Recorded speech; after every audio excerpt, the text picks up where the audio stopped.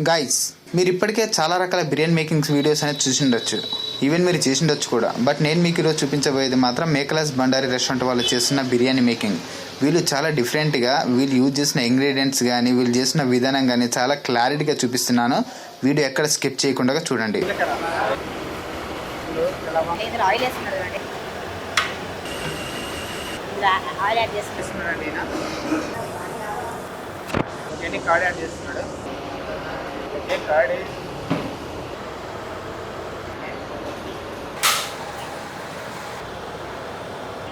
Rice వేసేస్తున్నాడు.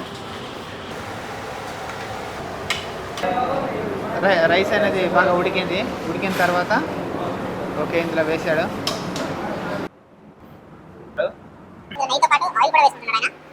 దానిపైన అనేది వేస్తున్నాడు ఆయన.